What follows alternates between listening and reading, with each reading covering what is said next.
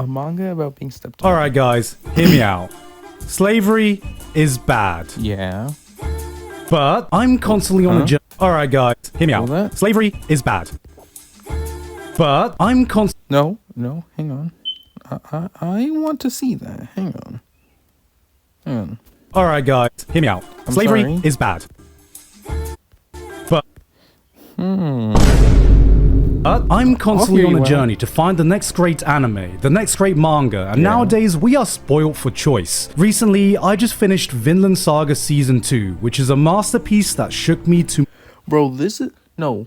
People that say that anime are masterpieces like this is why I still, to this day, haven't even touched Vinland Saga, haven't touched Attack on Titan, haven't touched Frieren. Why? Because my hopes are too high. This is why I enjoy watching anime that people trash on, like Blue Lock or Solo Leveling, or like any anime that people will say is bad are the ones I enjoy watching the most, because I don't expect much from them. If people just aren't talking about them as much, or they're just trash talking it. Like, that's why I loved finishing Blue Lock and Solo Leveling, because I didn't have super high expectations for them. But like with AOT, Frieren, and Vinland Saga, it's like my expectations are 10 out of 10s for all three. And if they're anything less to me, then I look like the crazy one. I look like the crazy one if I say Frieren isn't amazing as people say it is. My core. A human story so powerful, it can not only give you a great experience, it can change your outlook on life. It's shows like these that reminds me why I love the medium so much. But on this never-ending journey, some days I wake up and I remember, wait a minute, I'm a...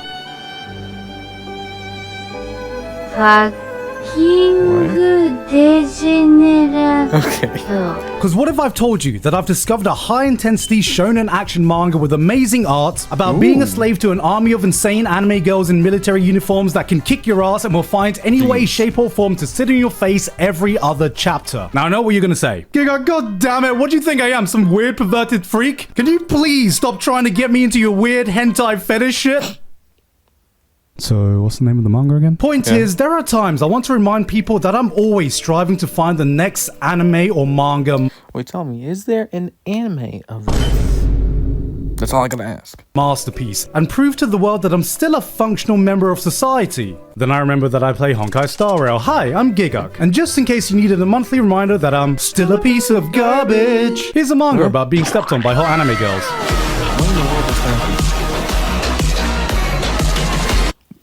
Oh, fuck you.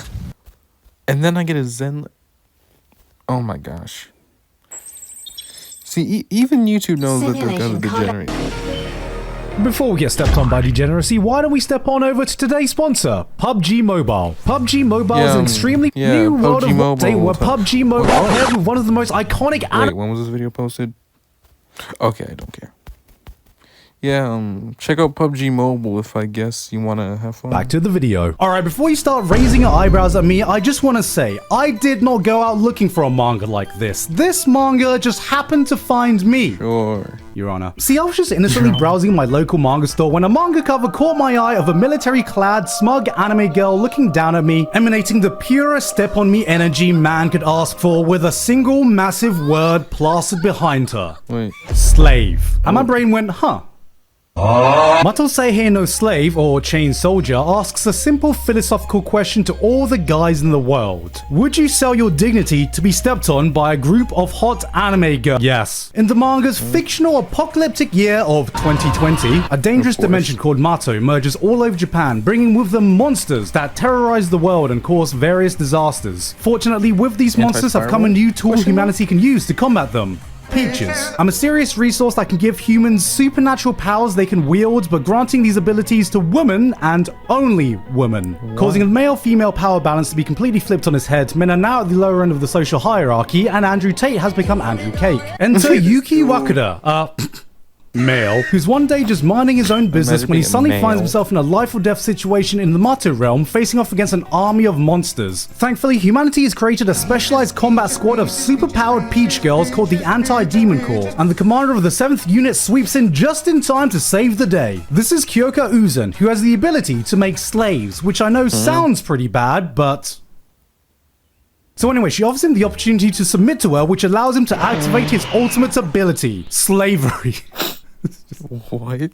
I can't. Transforming him to the super powerful combat form that Okay, can that looks decimate kinda the cool. monster army. This gives him the chance to be the hero he always wanted to be, but unfortunately, men can't technically join the Anti-Demon Corps. But it's okay because they found a little loophole. He joins the 7th unit and moves into their all-female residence to the dismay of all the girls that live there, and has to prove his worth by becoming their caretaker, being a stay-at-home dad, doing the housework, and cooking up a mean meal in the kitchen. It's got that secret ingredient.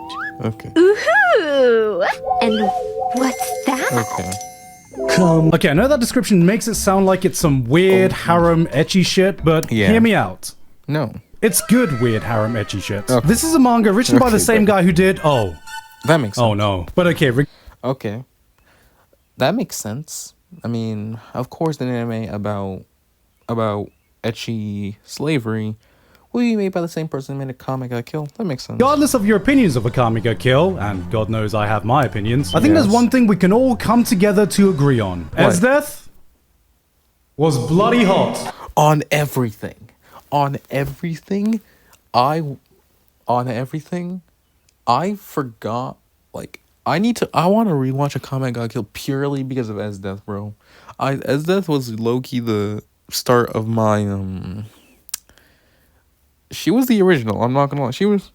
Yes, stand up. So imagine Akame ga Kill, but every girl is a different flavor of Esdeath and replace all the edgy violence and character deaths with S-tier horny. That's Oh. Mato Seihe no Slave. It's been a long time since I've enjoyed an ecchi series this much, and yes, there is more that goes into a good ecchi series than just slapping some sexy anime girls in your face and calling it a day. Just because you appreciate anime titties doesn't mean you can't do it with a little bit of class. I may be a degenerate, but I'm a degenerate with standards. I'm not one to watch a show with nothing but fan service and ecchi scenes as its selling point. Maybe that would have worked when I was a dumbass 14-year-old kid, but motherfucker, there's this thing called hentai. It's like ecchi Okay. but without the blue ball in. and it's art. If I'm gonna No, watch a it's show, there needs to be another hook. Nice action, cool. an interesting Yeah, world, a compelling romance, plot. But another equally important thing is how you implement the fan service in your show. You can't just show me thick anime thighs and expect... Sorry, I got distracted. You can't just show me thick anime thighs and expect me to be impressed. Relatable. And one thing I absolutely despise is when the fan service gets in the way of the action. Nothing quite kills an action scene faster than when you're fully invested in a fight. It's exciting, you're into it. Your heart is pounding, the next big punch is about to be thrown, then the series goes, alright, pause for a second. Anime titties. Okay. Wait, I feel like there was this one anime I was watching. I completely forgot the name. Yeah, I sat here for a good 10 seconds trying to remember. I can't remember it. I loved it, right? Like, I was hype. I was invested as hell into it. And then I just like, okay, stop for a second. Jiggle. Okay, continue. Alright, I'm back to the action. If you're gonna put a bit of fan service in your show, keep it separate or in the best case, work Hey, with hey, it. Gorilla Fan Girl. service should be the spice on your dish. And you know, I'm a good boy from Thailand. I don't just like a little bit of spice in my food. I love a lot of Right, spice. But that doesn't mean I just want to eat a plate full of Carolina Reapers, nor would I appreciate you squirting a bottle of chili sauce on my dish when that dish is a nice cool vanilla ice cream. But luckily, Mato Seihe no Slave knows exactly how and when to spice up its dish. Okay. See, the twist to Kyoko's powers is that after every battle, she needs to give a reward to a slave that's proportional to the NG they just exerted while she activated her power. Wait, so in other words, let's say I decided to overdo it and use like 99% of my energy just to kill something, right? Let's say I do that. Does that mean the reward is equal to 99% of all my energy exerted? What would that even be?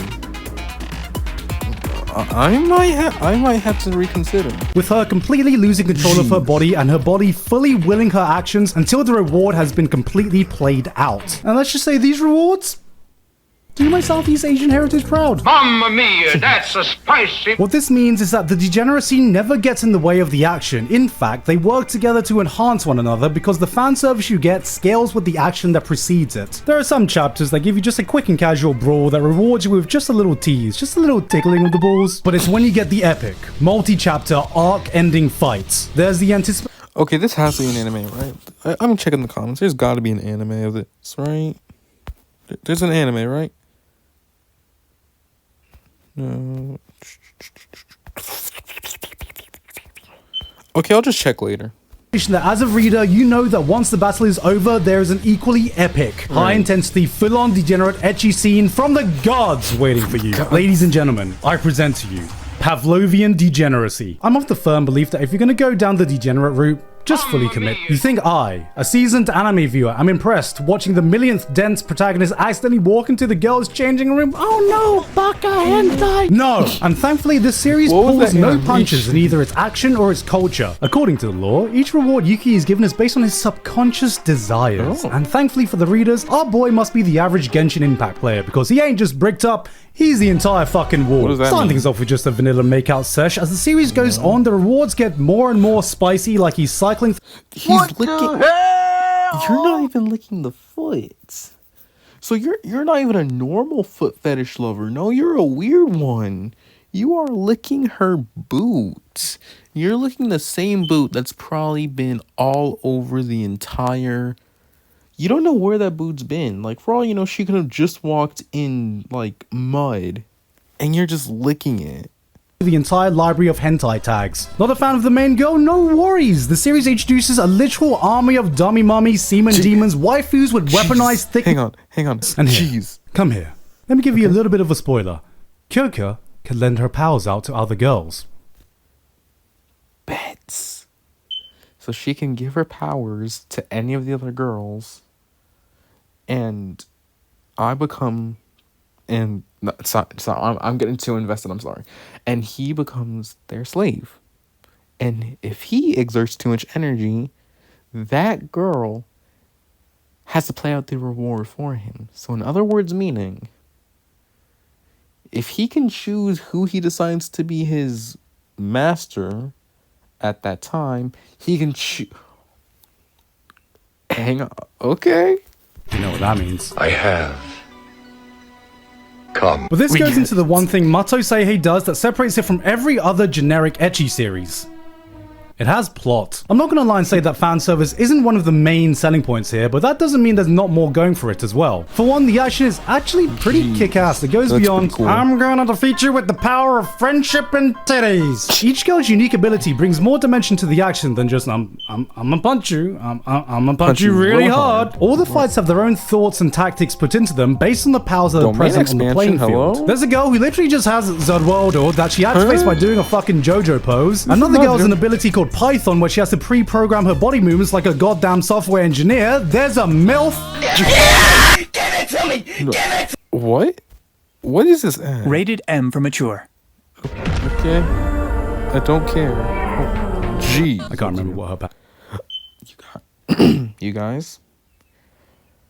You know, I was watching an isekai anime for my summer anime binge session, but I'm only on episode 2 because I just finished Solo Leveling 2, so I'm only on episode 2 of this new anime, so I'm sure I can take a detour and watch this. And a similar level of thought has been put into the characters and the general world around them. With a concept like this, it would have been easy just to slap a bunch of cardboard cutout waifus everywhere and throw in some nonsensical, wacky plots whose only job is to get from one ecchi scene to the next. But each girl has their own backstory and motivation that drives the plot forward. And we actually see development with some of them, more than just the amount of ways they can sit on the protagonist's face. We learn more about the social structure and dynamics of the monsters and the anti-demon core that fight them, interfamily drama, power scalings, power rankings, tournament arcs. I'ma be real, this story isn't going to be winning awards anytime soon, but it does everything it needs to. It does just enough to tickle that part of your brain that wants to grab the popcorn and dumb out your typical shonen action show. When you talk to a lot of anime fans and the topic of guilty pleasures come up, you hear a lot of the same titles getting thrown around. High School of the Dead, High School DxD. I've not talked to a single person that have watched these shows fully and don't talk about them fondly. They know what their appeal is. They know the target audience they're aiming for, and if you're not into these types of shows, shows, they're not going to be changing anyone's opinion. But if you do fall in that target demographic, if you're fine fully embracing the sleeping degenerate in you, then this is like eating McDonald's cooked by a 3-star Michelin chef. Oh, I Don't want lie, food so these aren't badly. guilty pleasures. These are pleasures you feel no guilt enjoying. They not only fully commit to giving you the peak gourmet fan service you've been craving, but respect you enough to know that you still need more reasons to keep watching once you hit post-nut clarity. You've come. That We is get Mato Seihe no Slave. It knows what it is, and it devotes itself to being damn near the best product it can be for what it's trying to achieve. So if you want a manga that does one thing and one thing really well, and that one thing is being stepped on by powerful, sexy, military-clad anime girls with the added bonus of a decent enough plot, characters, and actually pretty damn good action, then Mato Seihe no Slave is the manga for you.